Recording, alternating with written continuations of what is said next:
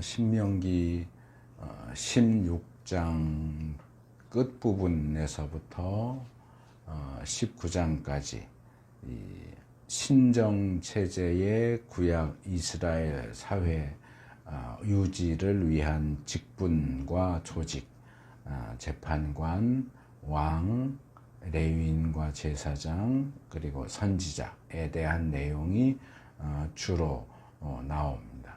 그래서 이 신명기 17장은 네 가지 내용이 나오는데, 어떤 제물을 바치면 안 되는지를 다루는 짧은 내용, 그 다음에 우상 숭배를 금지하는 내용, 그리고 중앙성소에서 하는 재판에 대한 내용, 그리고 마지막으로 왕에 대한 규례, 이렇게 네 가지 내용을 다루는데, 한 번에 다 할까 하다가 이제 설교를 준비하다 보니까 분량이 좀 많아져서, 그리고 특별히 왕에 대한 내용은 이후의 이스라엘 역사를 이해하는 데 있어서도 매우 중요한 주제이기 때문에 왕의 규례에 대한 내용은 다음 시간에 다루고, 이 17장 앞에 나오는 세 항목을 오늘 살펴보려고 합니다.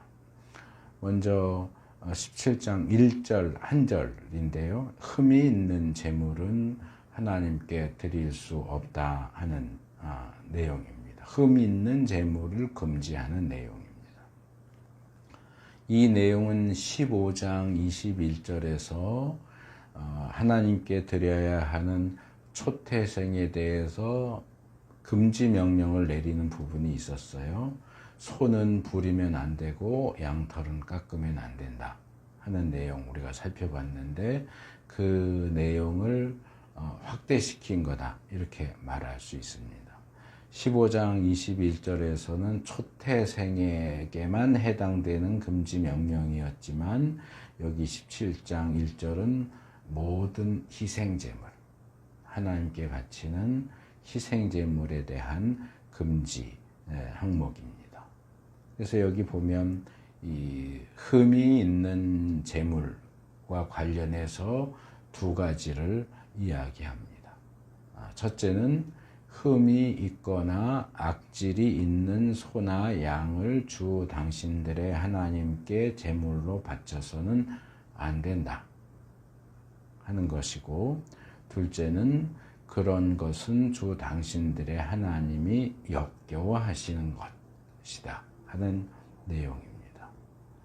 그래서 이 1절은 한 절밖에 안 되지만 이스라엘 백성들에게, 또 우리 그리스도인들에게 우리가 하나님을 어떤 태도와 자세로 대하는가를 점검해 볼 것을 요구합니다.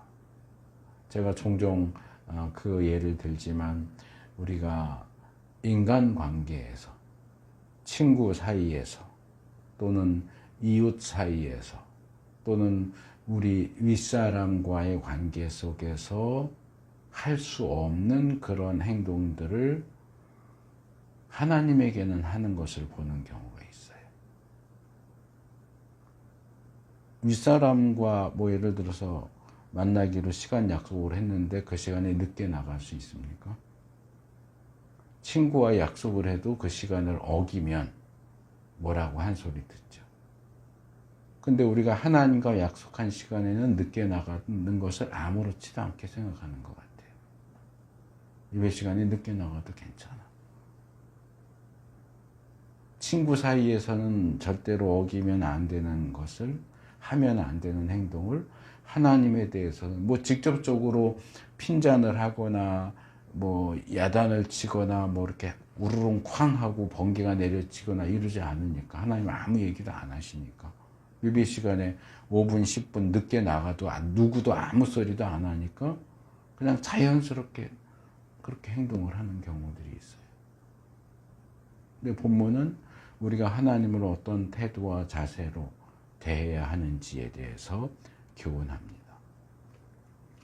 하나님께 드리는 제물이 흠이 없어야 된다 하는 이야기는 출애굽기에서부터 계속 여러 차례 나왔는데, 이 악질이 있는 것도 드릴 수 없다 하는 그 악질을 같이 재물과 관련해서 얘기하는 것은 이 본문에 처음 나옵니다.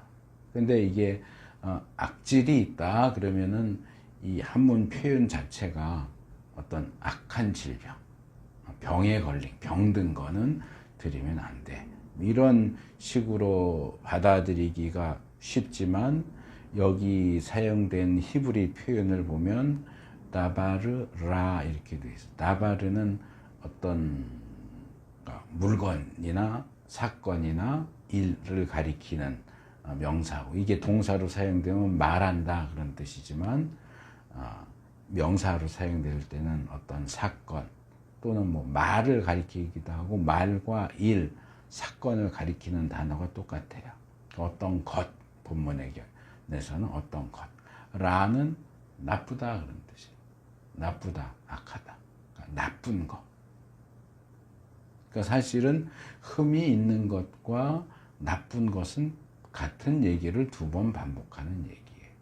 근데 이걸 악질 이렇게 번역을 하니까 병든 거 이렇게 이해할 수도 있는데, 뭐 병든 것도 여기 포함되지만, 나쁜 것에 포함되지만 꼭 병든 것만을 가리키는 것은 아닙니다.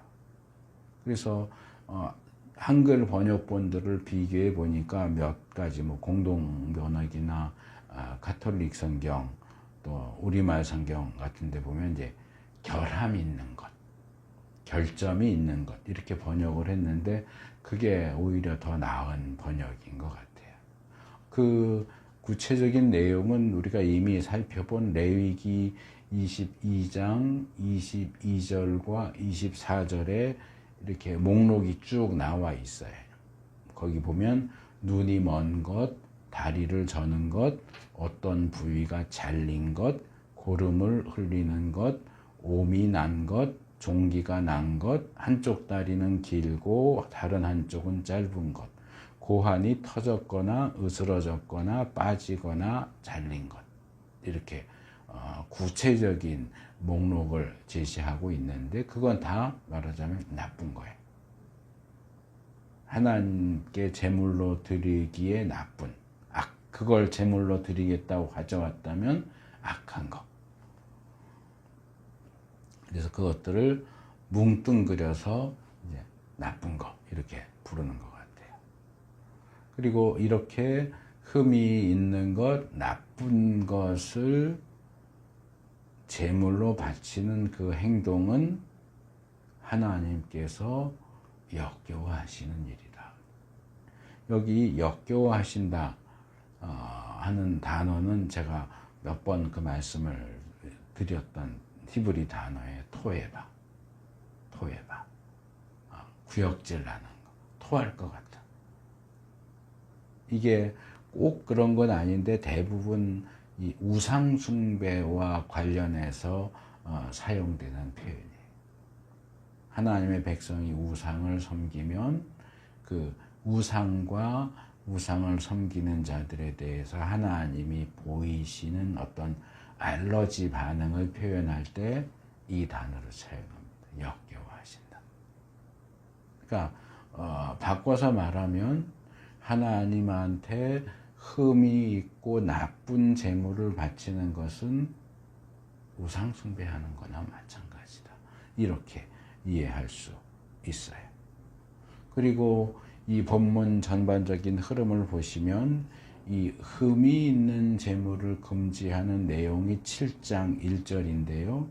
그 7장 1절 앞에 나오는 내용, 16장 21절과 22절, 그리고 17장 2절에서 7절은 두 개가 공통적으로 우상 숭배를 금지하는 내용. 우상 숭배 금지에 대한 내용이 앞뒤에 나오고 중간에 흠 있는 제물을 바치는 것을 금지하는 내용이 나온다는 거죠. 그래서 어떤 학자는 이런 어떤 배치를 볼 때 여기서 말하는 흠 있는 제물을 바치는 것도 우상 숭배하고 직접적인 관련이 있어 보인다, 그렇게 얘기해요. 그래서 뭐라고 설명을 하냐면, 아마도 가나안에는 흠이 있는 짐승을 제물로 바치는 그런 관습이 있었던 것 같고, 그런 관습을 이스라엘 백성이 배워서 우리도 흠이 있는 거 하나님한테 드려도 돼 하고 드리게 될까봐 그것을 금지하는 것일 수 있다 라고 설명을 하는데, 그거는 제가 볼 때는 어떤 확실한 근거, 가나안 족속들이 흠이 있는 짐승도 자기들이 섬기는 신에게 드렸다라고 하는 증거를 제시하지 않고 그냥 자기가 추측성 발언을 하는 것이기 때문에 그것을 100% 받아들이기는 어렵고, 더군다나 유대교나 기독교만이 아니라 세계의 모든 종교를 봐도 자기들이 섬기는 신에게 정성을 다하지 질 떨어지고 흠이 있는 것을 바치지 않아요. 자기들이 섬기는 신을 섬길 때는 가장 좋은 걸 바치는 것이 일반적인 어떤 종교적인 그 생각이기 때문에, 가나안 사람들은 흠이 있는 것도 자기들이 믿는 신에게 바쳤다 하는 것은 제가 볼 땐 그냥 추측이지 어떤 사실이라고 보기는 어렵고, 오히려 그냥 비슷한 주제, 둘 다 하나님이 역겨워하시는 일이다 하는 점에서 이렇게 함께 섞어 놓은 것이 아닌가, 그렇게 보는 게 더 자연스러운 것 같습니다.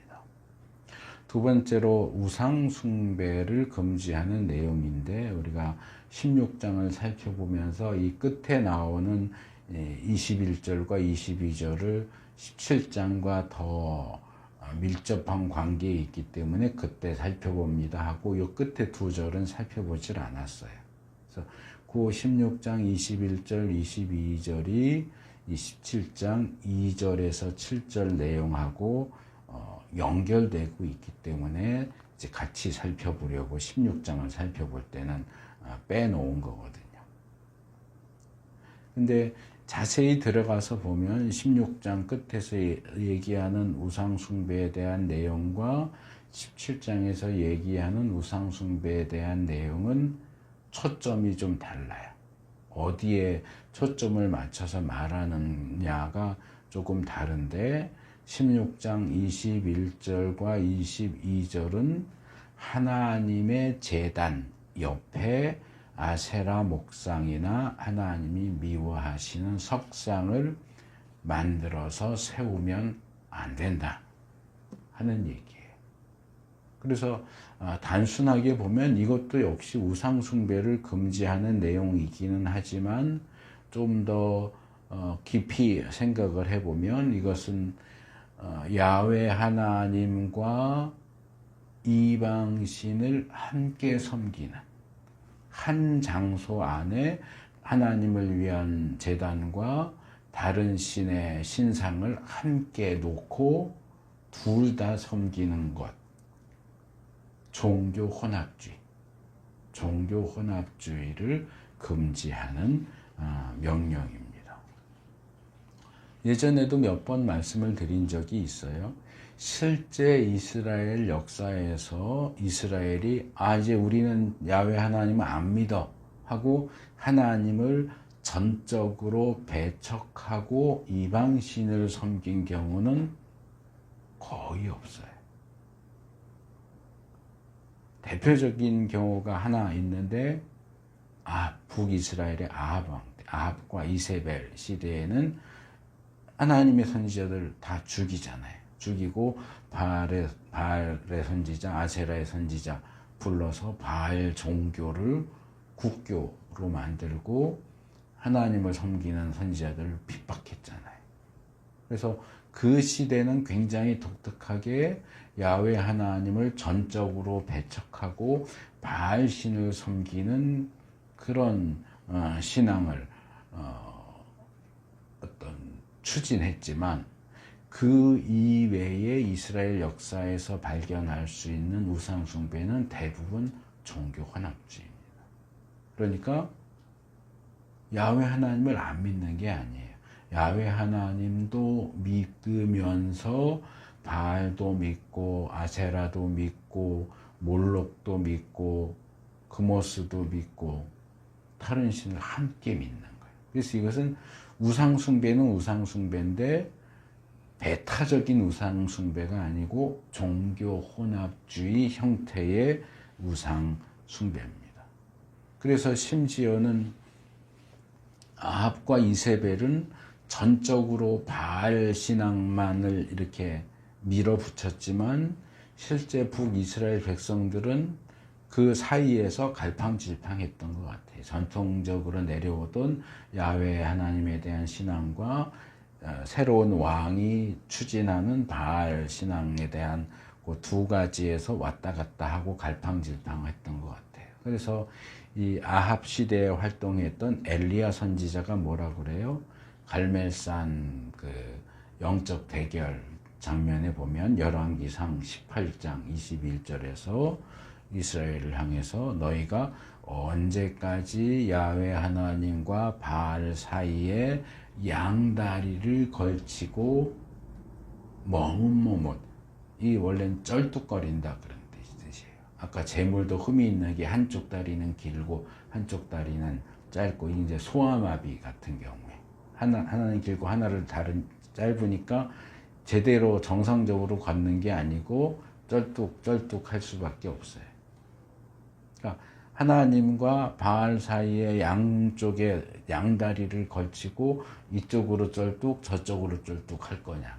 그러니까 바알 시대에도 국가의 정책은 야훼 하나님을 배척하고 바알을 섬기지만 백성들 사이에서는 어떻게 할까 왔다 갔다 하는 그런 태도를 취했던 것 같아요. 그 부분을 이제 지적하면서 확실하게 태도를 정해라 라고 책망한 장면이 나옵니다. 근데 뭐 이건 일반적으로 다 아는 내용이지만 이 우상 숭배는 말하자면 영적인 간음이에요. 그래서 특별히 이제 구약에 보면 이 영적인 간음을 육체적인 간음하고 비교하는 그런 경우들을 우리가 여러 곳에서 발견하게 됩니다. 근데 우리가 이제 성경을 읽을 때는 우상숭배는 그냥 우상숭배대로 읽고 육적인 어떤 간음은 또 간음대로 읽고 이렇게 하는데, 이 두 개를 이렇게 바꿔서 보는 것도 필요한 것 같아요. 제가 최근에 이제 에스겔서 원어 묵상을 쓰는데, 이제 그쪽 책에서 3년에 한 번 성경 전체를 이렇게 다 도나봐요. 그래서 올해 8월까지 이제 한 턴이 끝나서 개편을 한다고, 이제 원고는 이제 아마 지필진들을 싹 바꾸나 봐요. 그래서 내가 이제 8월까지는 다 써서 보내고 이제 9월달 쓸 거 그 표 보내달라 그러니까 이 개편을 하게 됐다고. 그래서 이제 원고는 더 이상 못 쓰게 됐는데, 그 에스겔서 이제 원어 묵상 원고를 쓰다 보니까 에스겔서는 그런 부분이 특별히 강하거든요. 우상 숭배와 육체적인 간음을 함께 이렇게 다루는 부분들이 나오거든요. 그래서 그렇게 비추어서 본문을 보면 이건 상당히 문제가 많은 상황인 겁니다. 자, 야훼 하나님의 제단이 여기 있어요. 근데 그 제단 옆에 이방 신상을 세운대요. 이것을 이제 종교적인 영적인 간음으로 설명을 하지만 이것을 육체적인 간음으로 바꿔서 생각을 해보세요. 이건 뭐 하는 거예요? 남편과 함께 사는 집에 방 하나를 상간남한테 주는 거예요. 한 집에 살아요. 남편하고 살아요.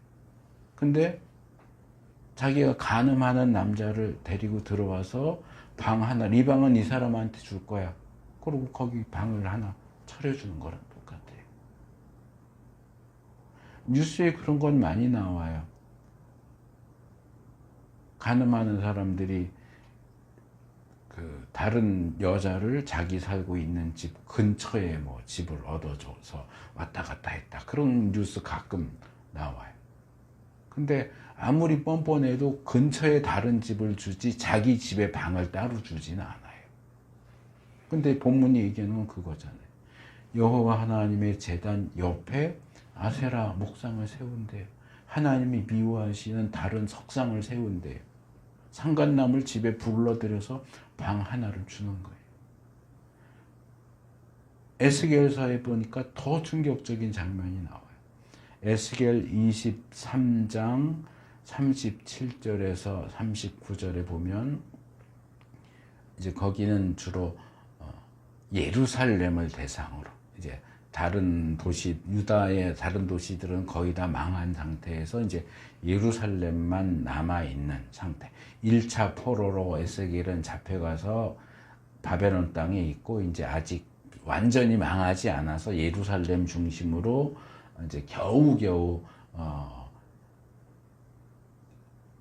생명을 연장하고 있는 그 상태에서 에스겔이 바벨론 땅에서 그 유다 예루살렘에 대해서 예언을 하는 내용이에요. 그러면서 어떤 여자, 음란한 여자에 대한 얘기를 하고 또 여기 23장에 보면 두 자매를 얘기해요. 오홀라와 오홀리바. 오홀라는 사마리아, 북이스라엘을 상징하는 여자고 동생인 오홀리바는 예루살렘, 남유다를 상징하는 여자예요. 오홀라가 음행을 하다가 망했어요. 근데 자기 언니가 음행하다가 간음하다가 망한 걸 옆에서 다 보고서도 이 동생이 오홀리바가 언니보다 더 심하게 음행을 해요. 그게 이제 이 육체적인 음행과 영적인 우상 숭배가 막 뒤섞여서 나오거든요. 근데 거기에 이런 내용이 나요. 오홀리바라는 이 여자가 예루살렘이 간음을 해요. 아수르 남자하고도 관계를 하고 애굽 남자하고도 관계를 하고 어려서부터 계속 그랬어요. 근데 간음을 하면서 뭘 같이 하냐면 우상 숭배도 같이 해요. 우상 숭배를 하면서 뭘 하냐면 이 오홀리바의 남편은 누구냐면은 야훼 하나님이에요. 자기가 남편인 야훼 하나님 사이에서 낳은 아이들을 불태워서 제물로 바쳐요. 몰렉 숭배죠. 거기 보면 너가 하나님에게 낳아준 자식을 불살라서 우상에게 바쳤다 그래요. 그런데 그렇게 하나님과 사이에서 낳은 자식을 불태워서 우상에게 바친 바로 그날 성전을 찾아옵니다. 바로 그날 성전 찾아와서 하나님 앞에도 아마 뭐하러 성전을 찾아왔겠어요? 제물 바치고 분향하려고. 그러니까 우상에게 자식을 제물로 바친 그날 성전에도 찾아 들어와서 하나님한테도 제물을 바쳐요. 이건 종교적이고 영적인 간음인데 이것을 육체적인 간음으로 바꿔서 생각을 해봤어요. 밖에 나가서 상간남하고 성관계를 했어요. 그리고 집에 들어와서 그날 자기 남편하고도 성관계를 하는 거예요.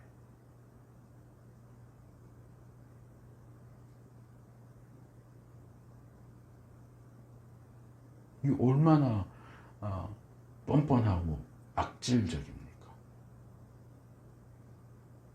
무슨 의도예요?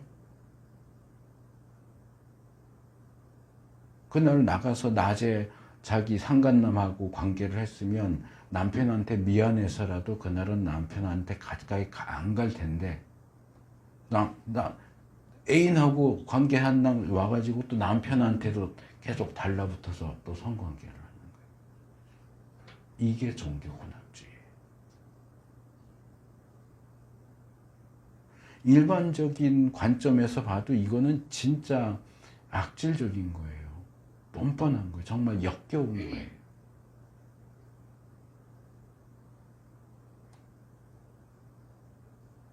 그냥 우리가 16장에 있는 것처럼 제단 옆에 신상을 세운다. 그럼 제단 옆에 신상을 세우나 보다. 근데 그게 아니라고요. 17장 2절에서 7절은 조금 초점이 달라집니다. 이것은 우상 숭배자의 재판을 다룹니다. 그러니까 우상 숭배에 대한 내용이면서 동시에 재판에 대한 내용이에요. 자, 3절에 보니까 뭐라고 얘기해요? 우상 숭배를 다른 신들을 찾아가서 섬기며 내가 명하지 않은 해나 달이나 하늘의 모든 천체에 엎드려 절하는 행동이다. 그러니까 남편은 집에 있고 직장에 있는데 밖에 돌아다니면서 이 남자 저 남자 찾아다니면서 관계를 하는 거예요. 그리고 2절에서는 그렇게 하는 것은 하나님의 눈에 거슬리는 악한 일을 해서 그의 언약을 깨뜨려, 남편과의 결혼 언약을 깨뜨리는 행동을 하는 거예요. 남편은 나가서 죽으라고 일해서 돈 벌어다 주면 그 돈 가지고 딴 남자하고 쓰는 거예요.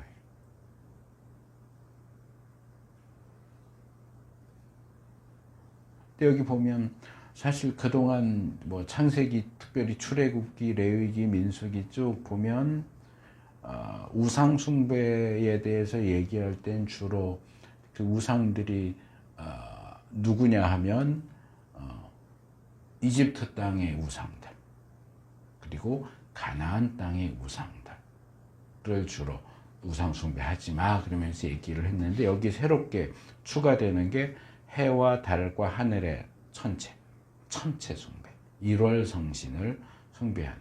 근데 가나안 땅에는 1월 성신 숭배가 별로 없어요. 이건 어디냐 하면 아수르나 바벨론에 있는 우상 숭배예요. 그러니까 지금 모세 시대인데 벌써 이게 이스라엘 역사 후반기에 나오는, 한참 뒤에 가서 북이스라엘이 아수르한테 망하고 유다가 바벨론에게 망하잖아요.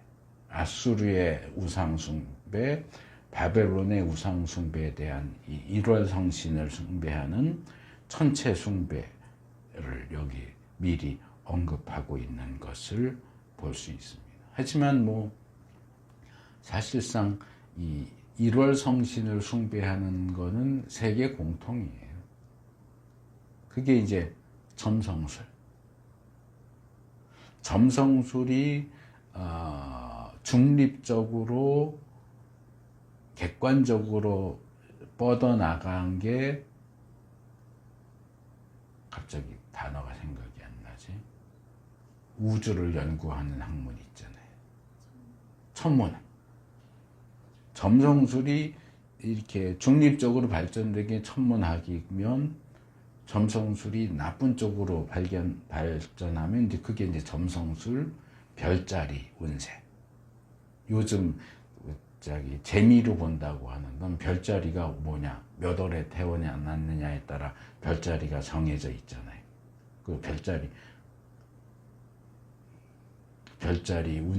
이 달에 태어난 사람은 뭐 이번 달에는 뭐 운세가 어떻고 뭐 그런 거, 별자리 운세도 이 점성술의 한 가지예요. 그래서 뭐 특별히 젊은 세대가 무슨 이제 재미 삼아서 별자리, 신문에도 나오잖아요. 요즘에는 모르겠는데 예전에 신문에 이렇게 조그맣게 나왔어요. 별자리. 그날. 그리고 그 다방에도 가면 이렇게 동전 넣으면 이렇게 똘똘똘똘 날린 거, 재떨이에 이렇게 같이 해가지고, 거기도 아마 별자리 운세인가 그랬었던 것 같아요. 제 기억에는. 그거 하나님이 금지하시는 우상 숭배 행위입니다. 그래서 아무개가 우상을 숭배했다라고 하는 보고가 들어오면 어떻게 할 것이냐? 이것을 잘 조사해 보라.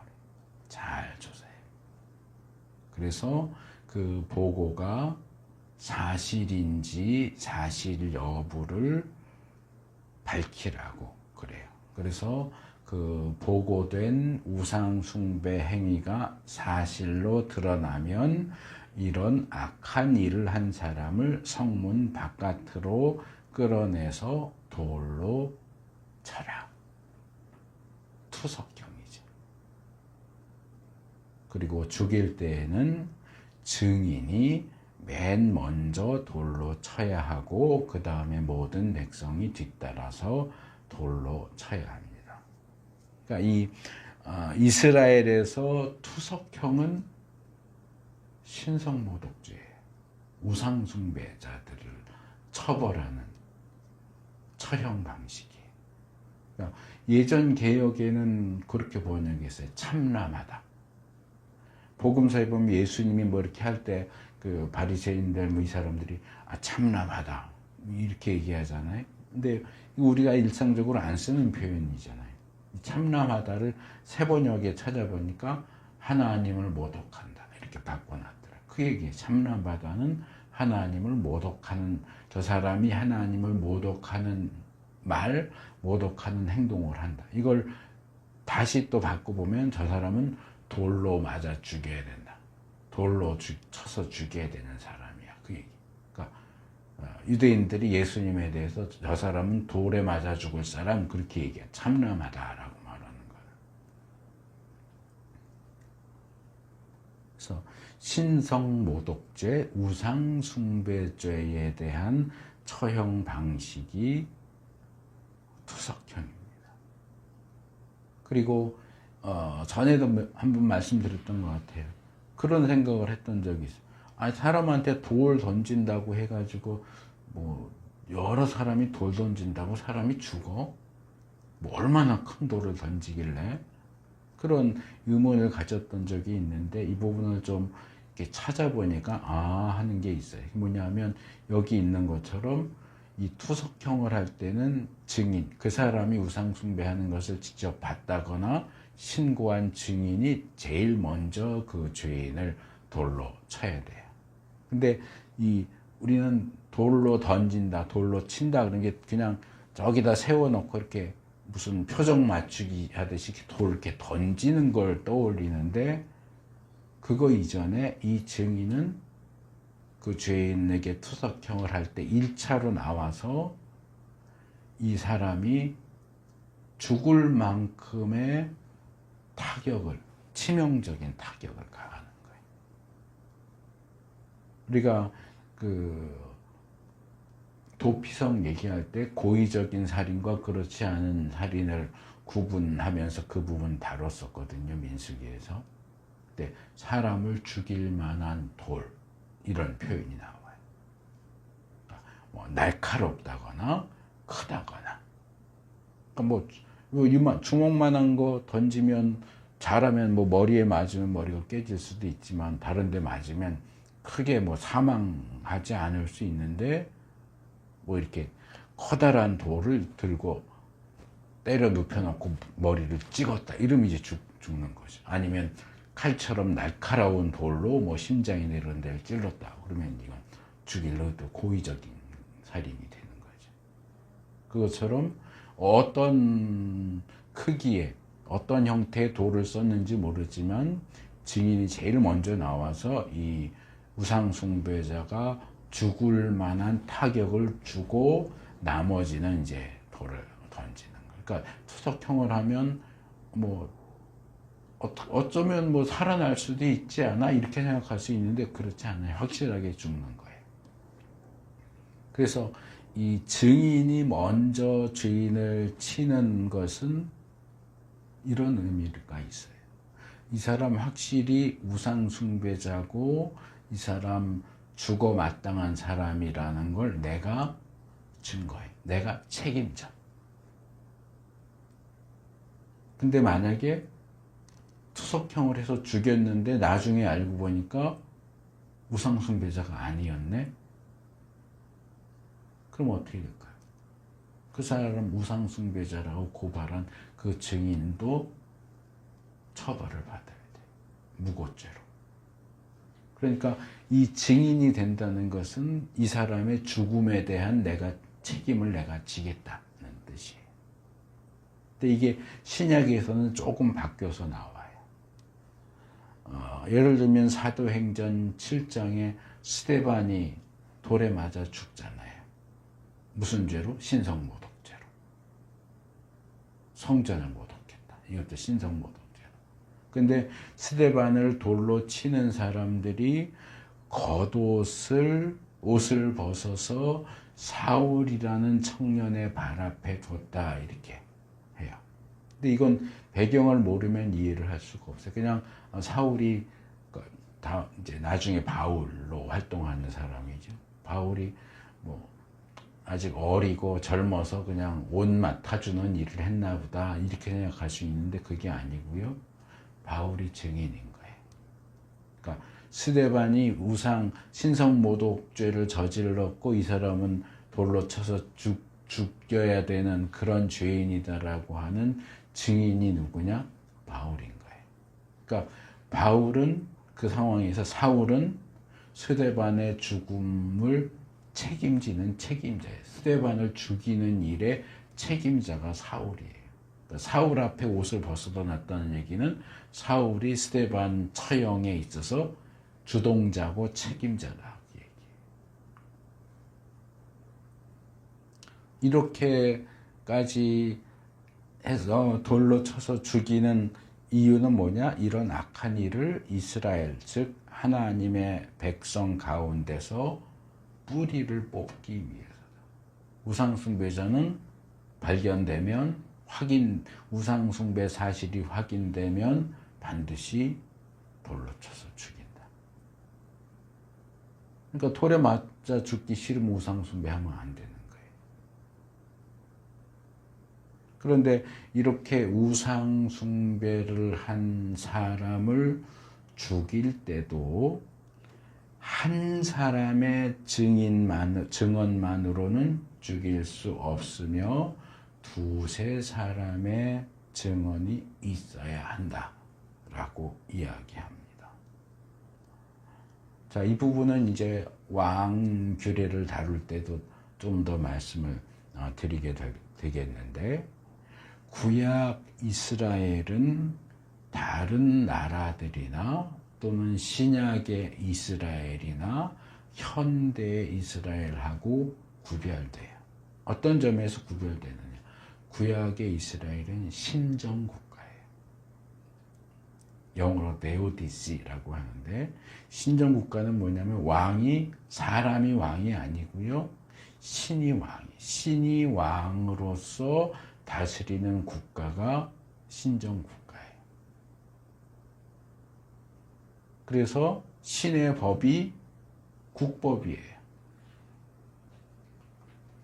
그게 헌법이고 민법이고 형법이고 상법이고 율법이, 구약 이스라엘에게서는 율법이 민법, 상법, 형법 다 포괄하는 법이에요. 그래서 물론 중간에 인간 왕이 세워지기는 하죠. 근데 구약 이스라엘의 인간 왕은 다른 전제군주 국가의 왕들처럼 절대자가 아니고 진짜 왕이신 하나님의 대리자예요. 말하자면 총독 같은 거예요. 총독. 그래서 구약 이스라엘의 인간 왕은 절대자가 아니에요. 하나님의 대리자. 그런 점에서 신정국가인 구약 이스라엘에서 우상숭배자는 곧 반역자입니다. 왕이신 하나님에 대한 반역자. 자, 우리나라 옛날에 어떻게 했어요? 동양의 옛날에 어떻게 해서 반역자는 어떻게 해요? 구족을 멸했잖아요. 구족. 구족을 어떻게 멸해요?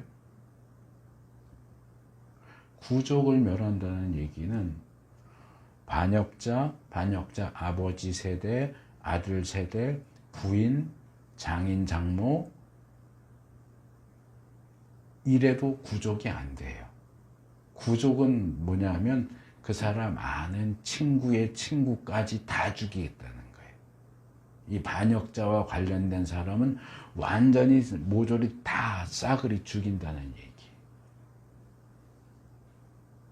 근데 이런 반역자를 처형하는데도 증인이 한 명이 이 사람 우상숭배했어요 하고 한 명만 증언하면 처형할 수 없대요. 적어도 2에서 3명이 이 사람이 우상숭배를 했다는 것에 대해서 증언을 해야만 사형을 시행할 수 있다. 이건 굉장히 놀라운 방식이에요. 우리나라도 근대 역사 보세요. 북한이 밀고 내려오고 다시 밀고 올라가고 이 과정에서 얼마나 많은 사람들이 부역자라고 그래서 죽었어요. 말 한마디 하면 죽는 거예요. 북한이 내렸을 땐 지주라 그러면 죽는 거고 다시 밀고 올라갔을 때는 공산당에 부역했다 그러면 죽는 거고. 힘없는 백성들이 뭘 어떡하겠어요. 총 갖다 대고 이거 돌 날라 그럼 날라야죠. 그럼 그 돌 하나 날랐다고 죽는 거예요. 증인이요? 2명, 3명 증인 찾아요? 아무나 가서 한 명이 가서 고발하면 그냥 그대로 다 죽는 거예요. 그런데 제가 계속 얘기하잖아요. 모세 시대는 우리나라로 치면 고조선 시대예요. 근데 그 시대에 반역자를 처형하는데도 증인이 2, 3이 있어야 처형할 수 있어요. 실장에서 다루는 것은 지방에서 다루는 재판이 아니고 중앙성서에서 하는 재판이에요. 그래서 16장 18절에는 각 지파에게 주시는 모든 성읍의 재판관과 지도자를 찾아가서 재판하는 경우를 다뤘다면 이 17장은 주 당신들의 하나님이 택하신 곳으로 그 사건을 가지고 올라가서 하는 재판을 얘기해요. 그래서 얼핏 보면 16장은 지방법원, 여기 17장은 고등법원, 중앙법원을 이야기하는 것처럼 보이지만 구약 이스라엘의 재판 체제는 오늘날 우리들의 재판 체제하고 달라요. 구약 이스라엘에는 고등법원이라는 게 없어요. 그럼 여기 중앙성소에서 하는 재판은 뭔데? 이것은 고등법원이 어떤 상설되어 있어서 정해져 있는 기구로 존재하는 게 아니고 이건 일이 있을 때마다 그때그때 소집되는 일회적인 법정이에요. 그러니까 상설되는 법정이 아니고 우리 체제에서는 지방법원, 고등법원, 중앙법원 이게 다 상설되어 있는 기구잖아요. 상설된 기구지만 구약 이스라엘에서는 지방법원은 상설되어 있지만 중앙법원은 상설되어 있지 않아요. 그래서 일반적인 사건들은 지방에서 다 처리하는데 지방에서 처리하기 어려운, 판결하기가 어려운 까다로운 문제가 생기면 이걸 무슨 지방법원에서 판결을 내리는데 거기에 항고해서 고등법원으로 가지고 올라간다. 그런 개념이 아니고 지방 재판관들이 이건 우리가 판단하기 어려운데 하면 이제 중앙성서에 요청을 하는 거예요. 이 문제를 중앙에서 판결을 내려주십시오 하면 이제 일회적으로 그 문제를 해결하기 위한 재판이 열리는 거예요. 그래서 이 중앙성소에서 하는 재판은 지방성소에서의 재판은 재판관 지도자가 판사가 되지만 이 중앙성소에서 재판은 그 지역, 중앙성소가 있는 지역의 재판관만이 아니라 제사장도 공동으로 판사 역할을 해요. 제사장과 재판관. 그러니까 제사장이 먼저 나와요. 근데 이 중앙성소에서 판결이 내려지면 중앙성소에서의 판결은 절대적인 거예요. 이건 받아들여야 돼요. 이것을 어기면 안 돼요. 11절에 어긴다, 12절에 듣지 않고 거역한다, 13절에 하찮게 여긴다. 그러면 그 사람을 죽이라고 그래요. 자기들끼리 분쟁이 일어났어요. 지방 그 지역에 있는 재판관이 이건 내가 판단을 내리기가 어려워해갖고 중앙성소에다가 요청을 했는데 중앙성소에서 그 문제를 재판해갖고 너가 틀렸고 너가 오라 라고 했는데 틀렸고를 들은 사람이 무슨 소리를 하느냐고 하고 그 판결을 거부하면 이 사람은 사형이에요. 뭐 이런 게 있어요. 왜 중앙성소에서 판결을 이렇게 절대적인 것으로 그것에 불복하면 죽여라 라고 할 정도로 절대적인 것으로 이야기합니까? 본문에는 그 이유를 설명하지 않는데 이 본문을 자세하게 들여다보면 힌트가 여러 개가 나와요. 먼저 재판 장소가 어디냐? 8절 주 당신들의 하나님이 택하신 곳, 10절 주님께서 택하신 곳, 그리고 누가 재판하느냐? 9절 제사장인 레위 사람과 그때의 직무를 맡고 있는 재판관, 12절 주 당신들의 하나님을 섬기는 제사장이나 재판관.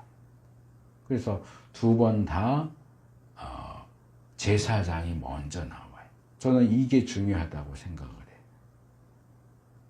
왜 재판 문제를 다루면서 재판관보다 제사장을 먼저 이야기하느냐? 제가 레위기를 살펴보면서 여러 차례 강조했는데 제사장은 뭐 하는 사람이냐? 그러면은 그 이름도 그렇고 대부분 제사 집례하는 사람 이렇게 하지만 이건 제사장의 주된 역할이 아니에요. 제사장의 주된 역할은 율법을 가지고 뭐가 거룩한지 아닌지를 분별하는 역할을 하고 그것을 백성들에게 가르치는 역할이 제사장의 가장 핵심적인 역할이다 그랬어요. 예레미야 18장 18절이나 에스겔 7장 26절 보면 반복적으로 뭐라고 나왔냐면 율법을 가르쳐줄 제사장, 지혜를 가르쳐줄 현자나 지혜자나 장로, 말씀, 묵시를 전해줄 예언자. 그러니까 이게 각각의 전문 분야예요. 율법의 전문가는 누구다? 제사장이다. 말씀의 전문가는 선지자. 그래서 제사장은 율법의 전문가입니다. 율법 전문가인 제사장이 이 재판에 참여한다는 얘기는 이 중앙성소의 재판을 율법의 기준에 따라 엄격하게 따진다는 얘기예요. 아까도 제가 말씀드렸잖아요. 신정국가의 법은 뭐다? 율법이다. 율법이 헌법이고 민법이고 행정법이고 상법이고 형법이에요. 일반적으로는 재판관이 그 사건을 다루지만 중앙성소에서는 제사장이 거기 관여해요. 제사장의 역할이 재판장의 역할보다 사실은 더 커요. 그래서 율법의 근거에서 그 사건을 면밀하게 검토하고 율법의 근거에서 판결을 내려요. 그러니까 중앙성소에서의 판결은 율법에 의한 판결이고 율법의 판결은 하나님의 판결이에요. 그러니까 하나님이 결론을 내리셨는데 거기 불복하는 사람은 사형 그러는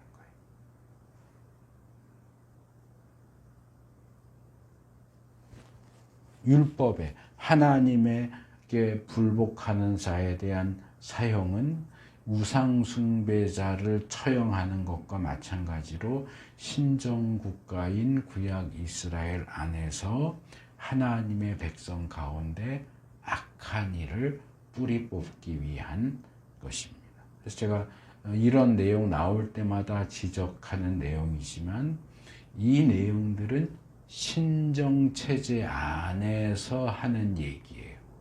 신정국가이기 때문에 가능한 얘기예요. 신정국가가 아닌 오늘날 사회 안에서는 이걸 그대로 적용할 수가 없어요.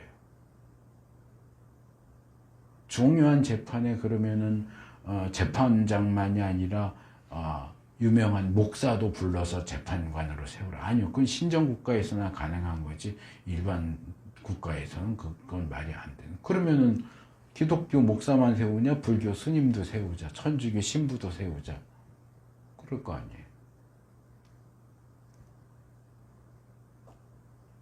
그래서 이 구약 말씀은 우리가 이건 구약 신정 국가 체제 안에서 뭔가 우상 숭배자는 죽여 중앙성수의 판결에 불복하는 사람도 죽여 이러면 이거 오늘날에는 그대로 적용하기가 어려워요.